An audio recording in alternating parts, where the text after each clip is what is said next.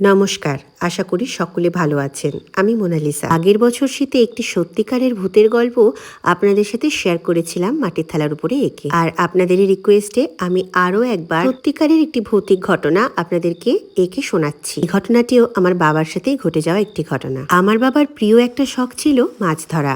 বাবারা 3 বন্ধু মিলে প্রায় সময় রাতের বেলা মাছ ধরতে যেত।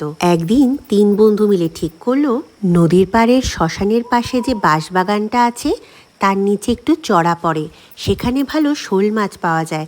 তারা রাতের বেলা সেখানে শোল মাছ ধরতে যাবে। এই প্ল্যান করে তারা সেদিনকে রাত্রেবেলায় বেরিয়ে পড়ল মাছ ধরতে। মাঝরাতে হাফিজ, পরি আর বিমল মিলে বসেছে মাছ ধরতে। নদীর পাড়ে একটা বড় বাঁশবাগান। পিছনের বাঁশবাগানটায় ছোট বাচ্চাদেরকে কবর দেওয়া হতো। পরীকে মাঝখানে রেখে বিমল আর হাফিজ 1 হাত দূরত্বে দুজনে বসলো মাছ ধরতে। জলে তো বেশ শোল মাছ লাফাচ্ছিল। মনে মনে তারা ভীষণ খুশি হলো, আজকে প্রচুর মাছ পাওয়া যাবে। এইভাবে বসে বসে 1.5 ঘন্টা কেটে গেল।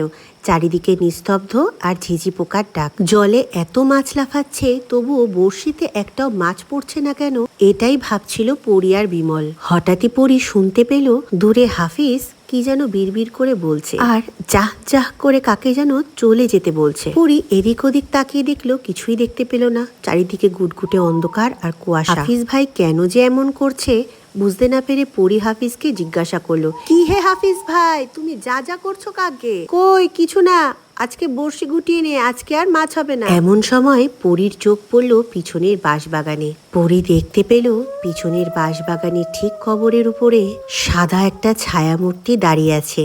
তার চোখগুলো লাল বড় বড়।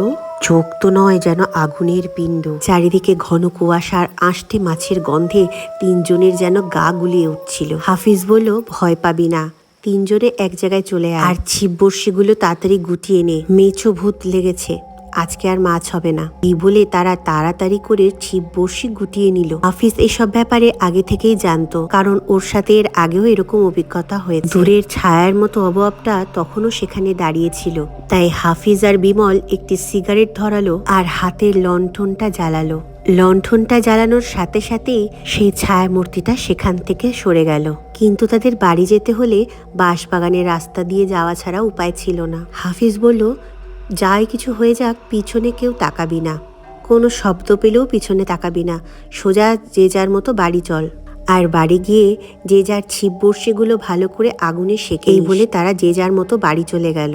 এরপর তারা আর কখনোই শ্মশানের পাশের বাঁশবাগানের নিচে মাছ ধরতে আসেনি। সো বন্ধুরা, আজকের গল্পটা তোমাদের কেমন লাগলো অবশ্যই কমেন্টে জানিও। ভালো লাগলে লাইক, শেয়ার এন্ড সাবস্ক্রাইব করতে ভুলো না। খুব ভালো থেকো।